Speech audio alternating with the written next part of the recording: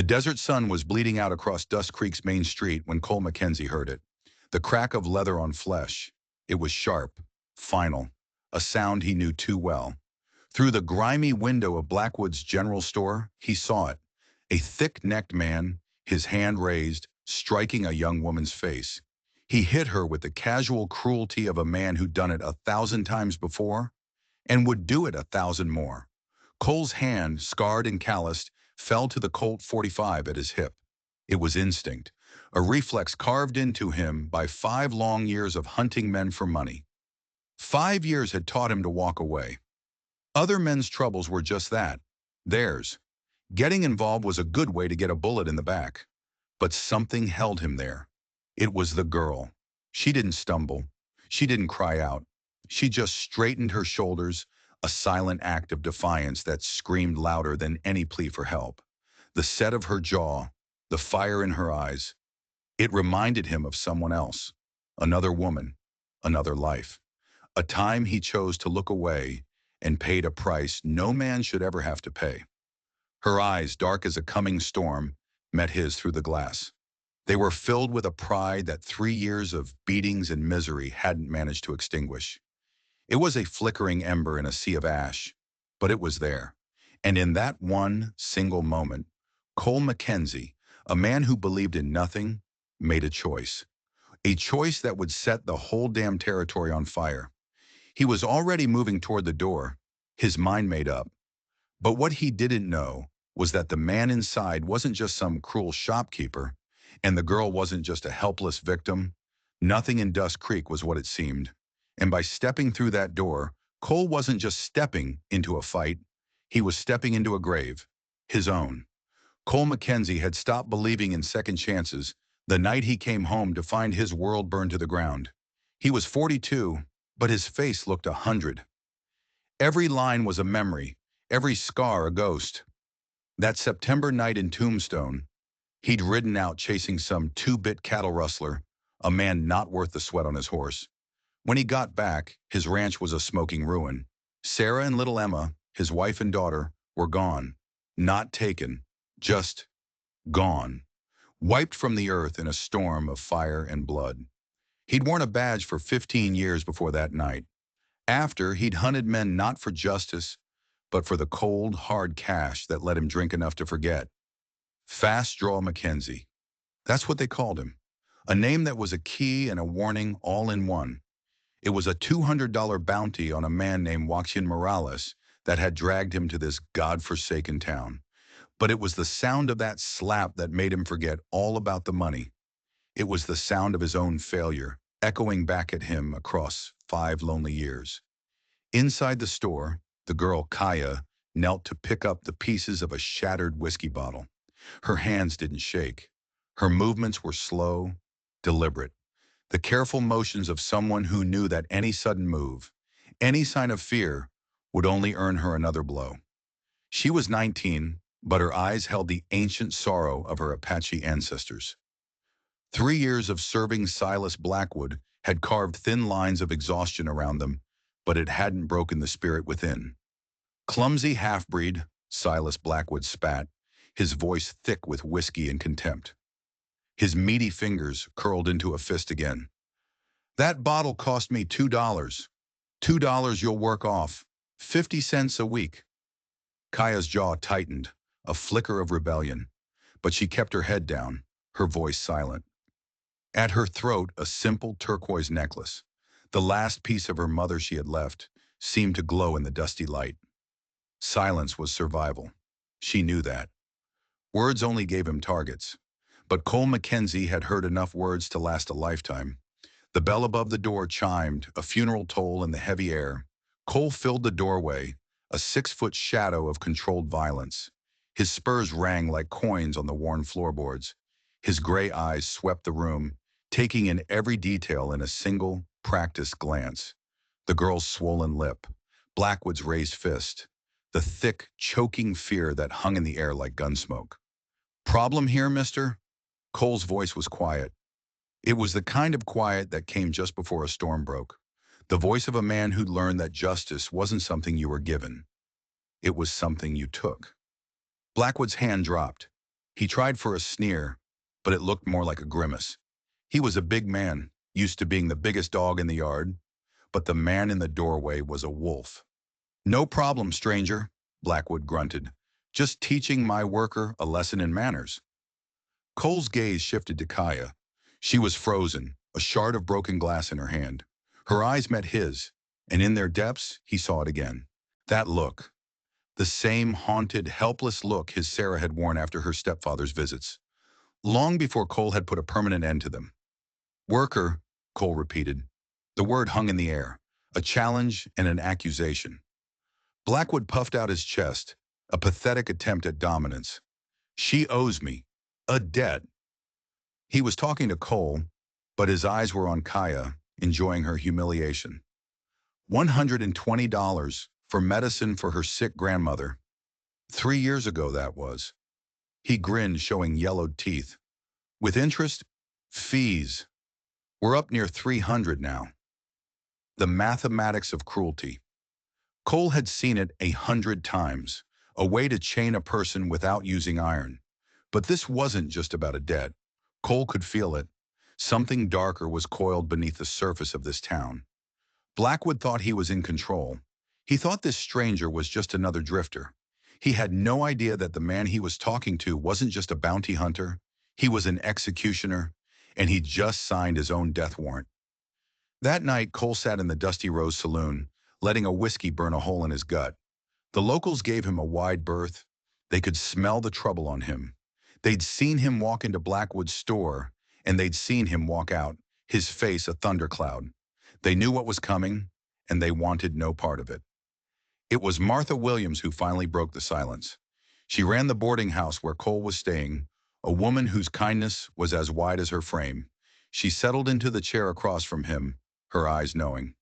"You're thinking about the girl," she said. It wasn't a question. "I see that look in your eyes. My husband, God rest him, used to get that same look, right before he did something noble and incredibly stupid." A ghost of a smile touched Cole's lips. "Just seems a man ought to do something." Martha sighed, her gaze drifting around the saloon. "Silas Blackwood owns this town, Mr. Mackenzie. He's got Sheriff Dawkins in one pocket and the town council in the other. That girl, Kaya, that's her name. She's been living in that hell for 3 years. We've all seen it." Her voice dropped to a whisper. "And we've all looked away." "Why?" The word was rough, torn from his throat. Martha's eyes clouded over. "Because she's Apache, because she's alone, because in a place like this, if you don't have money or power or the right color of skin, you're less than nothing. You're invisible." But Kaya wasn't invisible to Cole. Lying in his narrow bed that night, staring at the ceiling, he couldn't get her out of his head. The pride in her eyes, the way she stood straight after being struck. He'd seen that same fire in Sarah, a fire he'd failed to protect, a fire that had been snuffed out, leaving him in perpetual darkness. He'd failed Sarah. He'd failed little Emma. He couldn't fail again. The next morning, everything changed. A tip from a drunk cowpoke, bought for the price of a cheap whiskey, led Cole to his bounty, Wassian Morales. He wasn't holed up in some back alley room. He was hiding out in the hills just behind Blackwood's property. Cole tracked him down, expecting a simple capture. But what he found made his blood run cold. Morales wasn't alone. He was with a half-dozen other hard cases, branding stolen cattle. And the brand they were using? It was Blackwood's. It all clicked into place. Blackwood wasn't just a petty tyrant. He was running a full-blown rustling operation. He was using his store as a front, providing a safe haven for outlaws like Morales in exchange for a piece of the action. The debt, the cruelty to Kaya, it was all part of it. It was how he kept his secrets. The town's fear was his shield. This wasn't just about one girl's freedom anymore. This was a nest of vipers, and Cole Mackenzie was about to stomp it flat.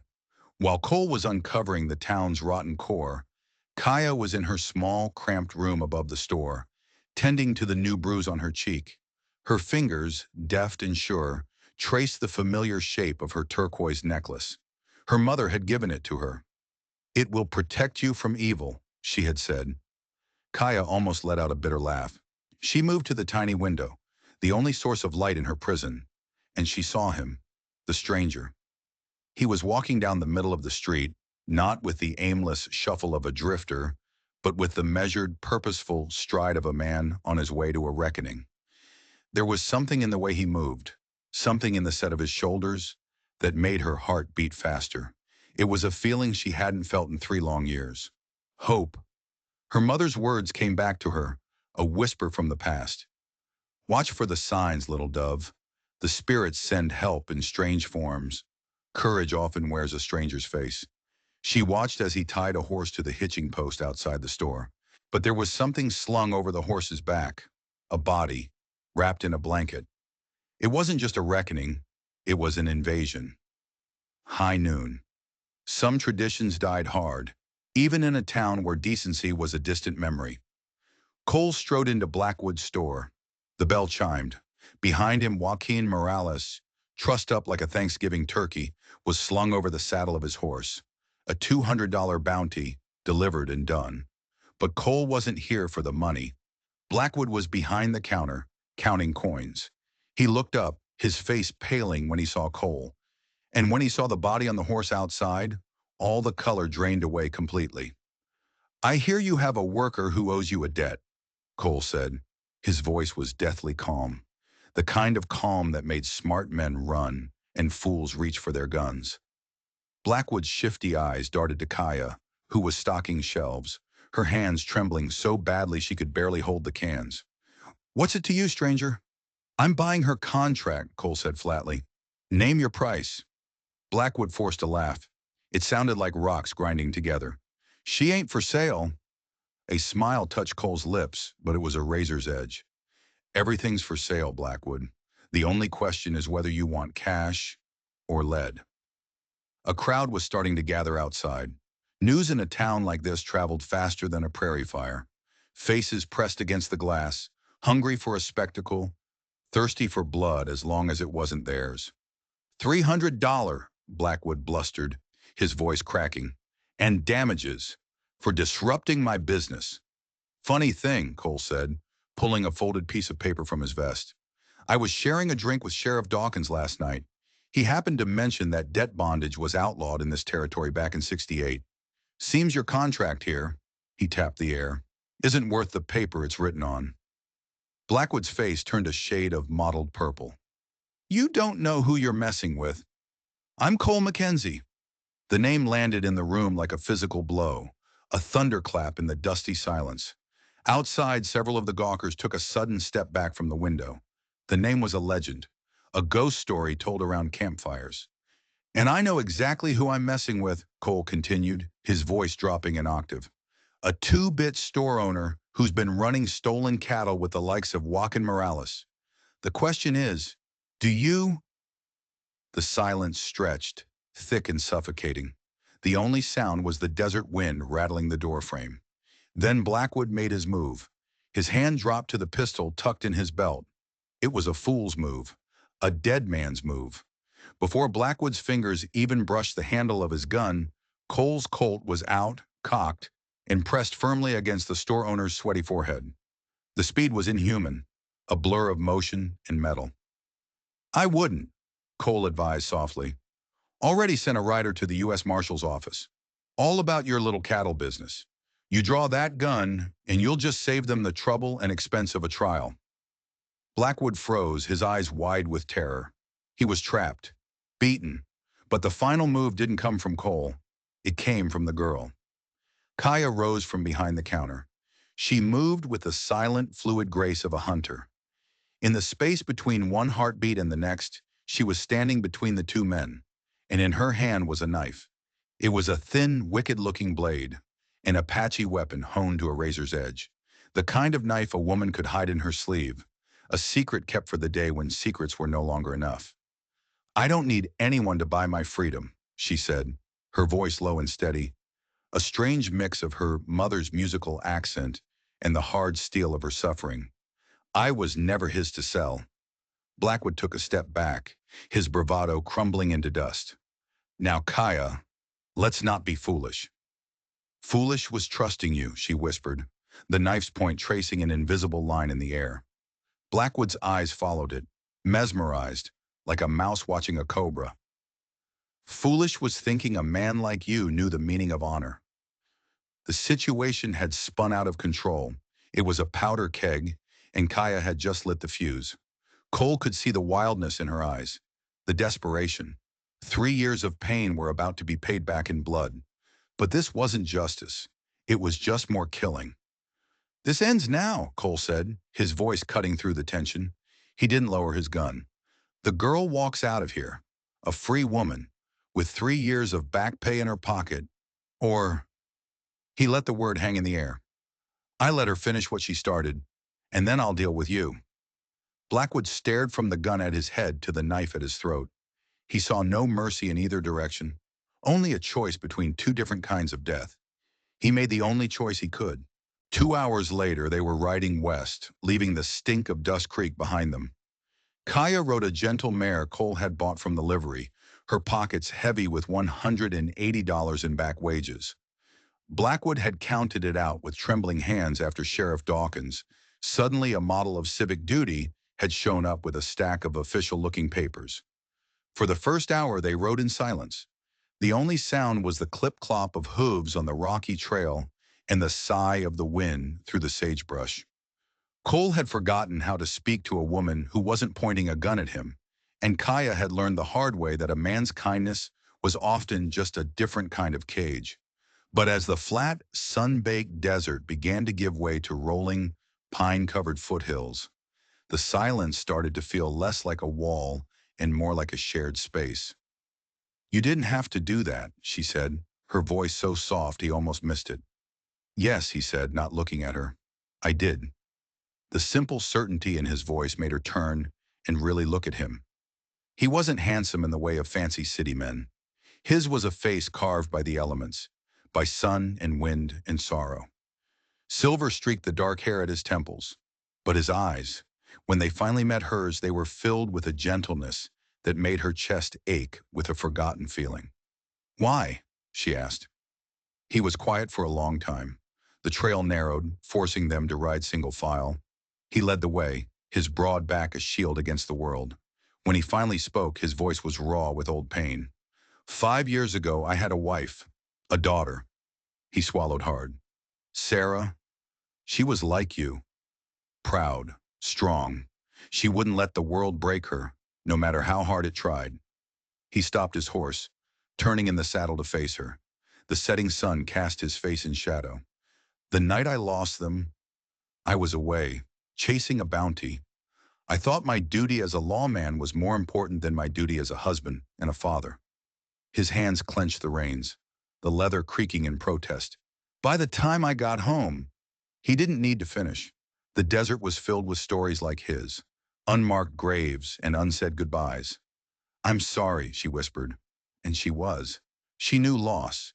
She knew the hollow space it left behind. "Point is," he said, his voice regaining its strength, "I've spent 5 years telling myself that some things are just broken, that some people can't be saved. Today, today I just decided I was done believing that lie."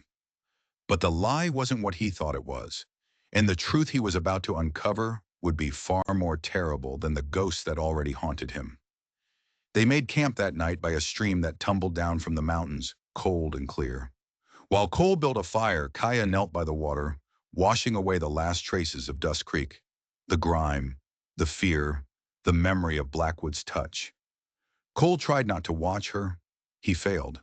The firelight danced on her skin, turning it to warm bronze. She wasn't beautiful in the fragile, pale way of the women in town.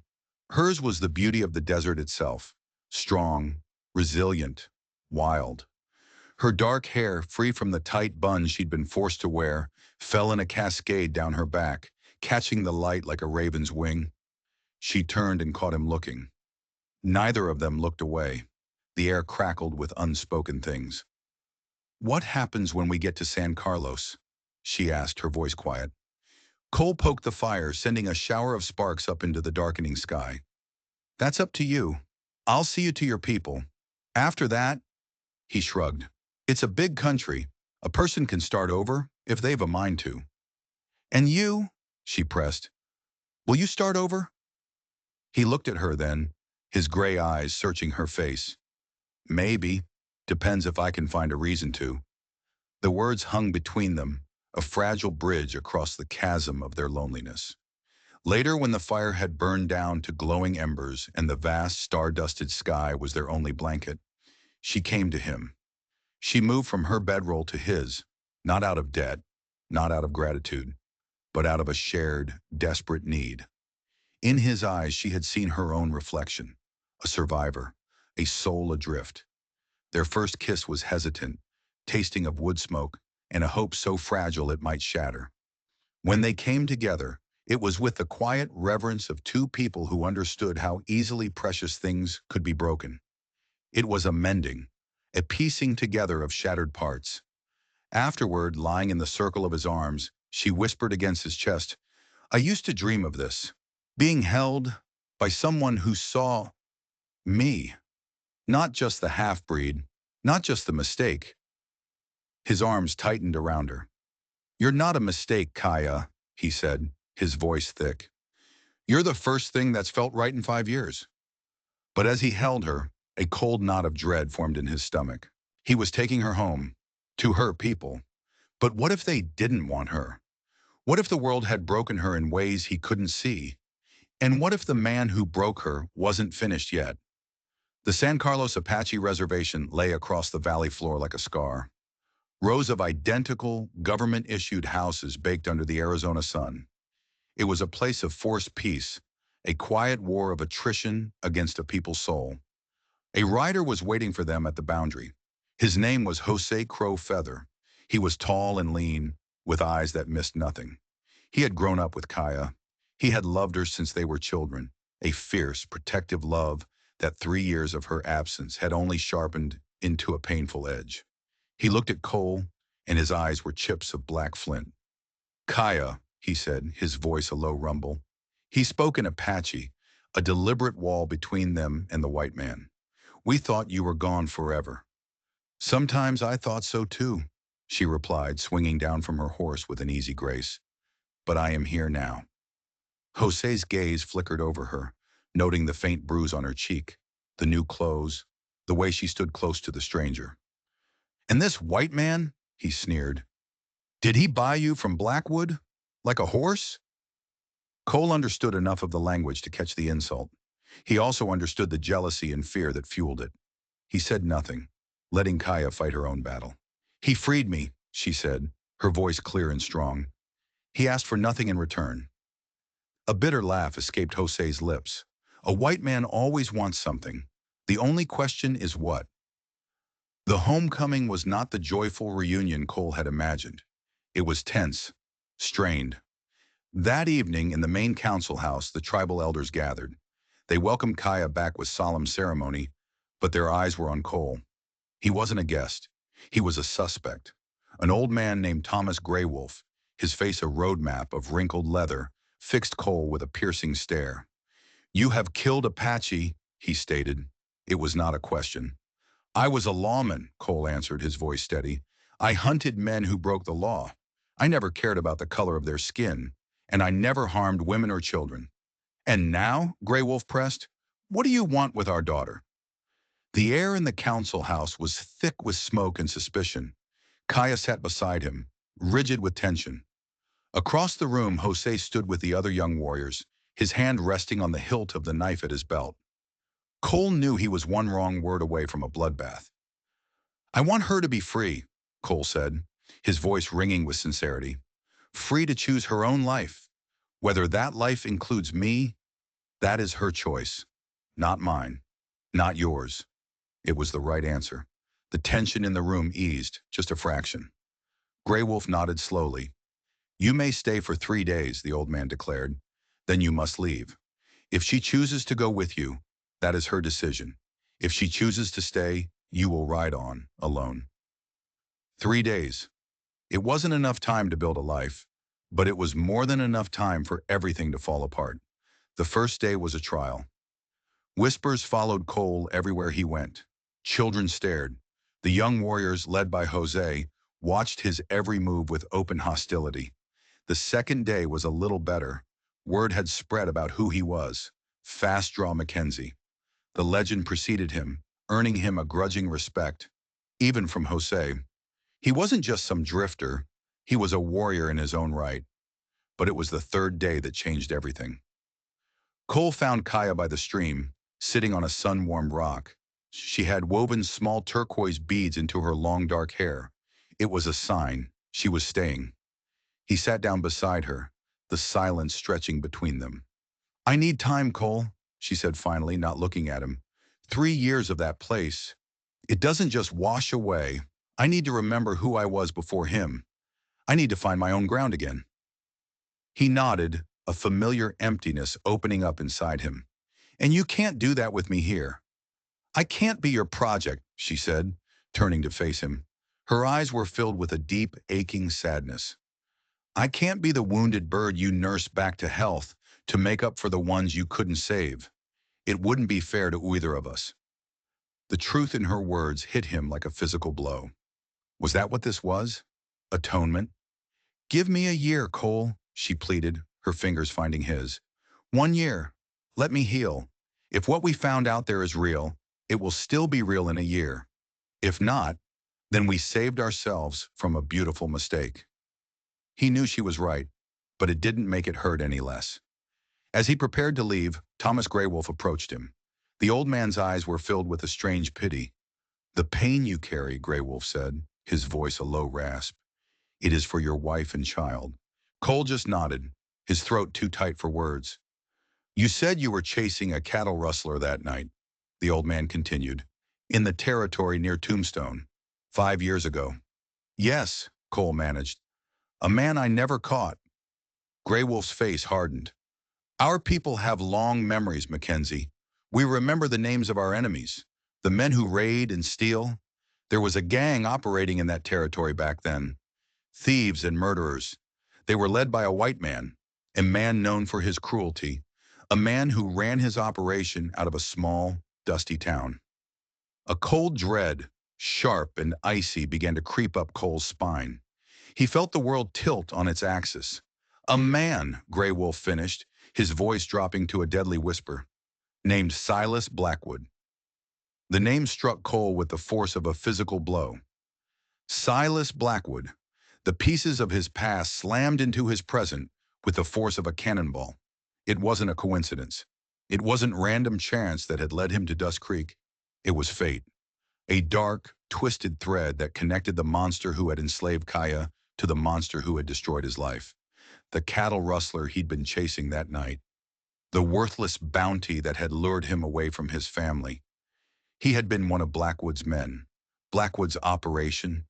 Blackwood's greed had been the cause. The fire, the blood, Sarah and Emma. It was all him.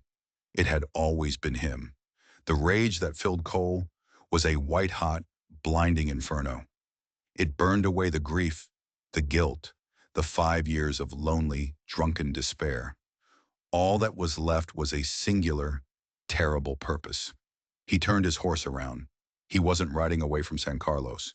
He was riding back to hell, and this time he was going to burn it to the ground. Kaya saw the look on his face. The transformation was terrifying. The gentle man who had held her under the stars was gone. In his place was the specter of death, the legendary gunfighter she had only heard stories about. "Cole, what is it?" she cried, running to his side. He told her. The words came out harsh, jagged, a confession and a death sentence all in one. She stared at him, her dark eyes wide with horror and a dawning understanding. This was bigger than her freedom. It was bigger than their fragile connection. This was a reckoning that had been waiting 5 long years to be paid. "I'm going with you," she said, her voice ringing with a conviction that defied argument.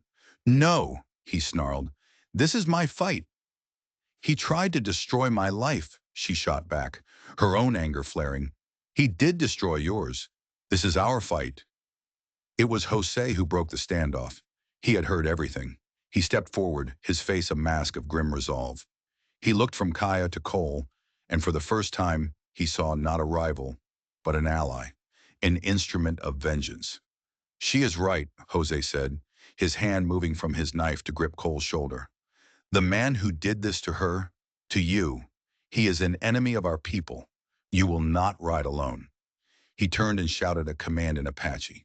From the shadows of the council house, a dozen other warriors emerged, their faces set, their hands holding rifles. They were the forgotten sons of a conquered land, hungry for a fight, for a chance to reclaim a piece of their stolen honor. Cole Mackenzie had ridden into San Carlos a broken man, seeking solace. He rode out at the head of a war party. They rode through the night, a silent, ghostly procession under a sliver of moon. There was no talk. There was only the thunder of hooves and the grim anticipation of the dawn. They reached the hills above Dust Creek just as the first gray light began to bleed across the horizon. Cole laid out the plan. It was simple, brutal, final. He would go in alone. He had to face Blackwood himself, man to man. The Apache warriors led by Jose and Kaya would handle the rest. They would cut off the escape routes. They would deal with the corrupt sheriff and any of Blackwood's men who were stupid enough to make a stand. The town was just waking up when Cole rode down the main street. He didn't ride like a man looking for trouble. He rode like trouble itself. Blackwood was coming out of the store, a cigar clamped in his teeth. He saw Cole and his face went slack with shock and fear. He fumbled for the gun at his hip, but it was too late. Cole was already off his horse, his Colt in his hand, the hammer cocked. "We have unfinished business, you and I," Cole said, his voice flat and empty. "Mackenzie, I gave you the money. The girl is free." Blackwood stammered, backing away. "This isn't about the girl," Cole said, advancing on him, one slow step at a time. "This is about a ranch near Tombstone, about a woman named Sarah and a little girl named Emma." Recognition and a new, deeper terror dawned in Blackwood's eyes. He remembered. He knew. I don't know what you're talking about," he blustered. "5 years ago," Cole said, his voice a low growl, "you sent a crew to rustle cattle. One of them got caught. I went after him. And while I was gone, your men, they paid a visit to my home. From the edge of town, the first gunshot rang out. Then another, and another. The sounds of the Apache warriors going to work." Blackwood's eyes darted around, looking for help that wasn't coming. Sheriff Dawkins burst out of his office, gun drawn, only to be met by Jose and 3 other warriors. The fight was over before it began. The townspeople who had once watched from their windows now cowered behind their locked doors. This wasn't a spectacle. This was a cleansing. "It wasn't supposed to happen like that," Blackwood shrieked, his composure shattering. "They were just supposed to scare her off. Make your wife sell the land. I wanted the water rights." The confession hung in the air, ugly and obscene. All of it. The death of his family. The destruction of his world. For water rights. The rage in Cole was so immense, so absolute, he felt a strange sense of calm descend over him. He saw everything with perfect clarity. The terrified face of the man who had taken everything from him. The dust motes dancing in the morning sun. The weight of the Colt in his hand. "They're dead, Blackwood," Cole said, his voice barely a whisper. "And now so are you." Blackwood made a last, desperate lunge for his gun. Cole's Colt barked once. The sound was deafening in the sudden silence. Silas Blackwood crumpled to the ground, a neat, dark hole in the center of his forehead. The cigar fell from his lips, its smoke curling up into the clear blue sky. It was over. The vengeance he had craved for 5 long years was his. But as he stood over Blackwood's body, the gun smoking in his hand, he felt nothing. The fire inside him didn't cool. The emptiness wasn't filled. Kaya was suddenly at his side, her hand on his arm. Her touch was the only thing that felt real. He had his justice, but it was ashes in his mouth. He had uncovered the truth and delivered the punishment. But what now? The path of revenge had led him to a dead end. He looked at Kaya, her face smudged with dirt, her eyes full of concern for him. He saw his future, not in the bottom of a bottle, not in the eyes of a dead man, but right here, standing beside him. The killing was done. The healing was about to begin. They buried the dead. Blackwood, Sheriff Dawkins, a handful of rustlers who had chosen the wrong side. The town of Dust Creek, freed from its tyrant, began to breathe again. Cole and Kaya rode back to San Carlos, but the silence between them was different now. It was a shared quiet, a space of understanding. They had walked through the fire together and come out the other side. Back at the reservation, Cole stood before the elders once more. "The debt is paid," he said. Thomas Greywolf nodded. "You have brought justice for our daughter and for your family. You are welcome here, Cole Mackenzie." But Cole knew he couldn't stay. Not yet. He looked at Kaya, and she knew it too. "The year," he said to her, his voice soft. "Your offer. It still stands." She smiled, a true, radiant smile that lit up her whole face. "The offer still stands." He didn't ride south to some dusty, forgotten corner of the territory this time. He rode toward Tucson, with a purpose. He'd heard of a small ranch for sale, a few hundred acres nestled against the mountains, a place that needed work, a place to build something new. 6 months passed. Winter came and went. Kaya received a letter. The handwriting was careful, measured. It wasn't a love letter. It was a report. He'd bought the ranch. He was raising horses, good ones. The army was buying them. The house was fixed. There was a garden now, with a spot cleared for the kinds of herbs and plants her people use for medicine. The letter ended simply. "If you ever want to visit, you are welcome. No demands, no promises, just a door left open." She tucked the letter into the leather pouch with her mother's necklace. An invitation, a possibility. Spring came, painting the desert in a riot of color. The earth was waking up, alive with new beginnings. One morning, Kaya packed a small bag. She braided fresh turquoise beads into her hair. She said goodbye to her people, to Jose, who finally understood and wished her well. She rode south toward a ranch with a view of the mountains, toward a man who had learned that true strength wasn't about taking vengeance, but about having the courage to build something new. The Old West was a hard land, but it was built on second chances, on the belief that a person could leave their past in the dust and ride toward a new horizon. If this story reminded you that it's never too late to find your own trail, hit that like button and subscribe for more tales of redemption from the wild frontier. Drop a comment below and let me know where you're watching from. I love hearing from folks who believe in the power of a good story. Until next time, may your own path lead you home.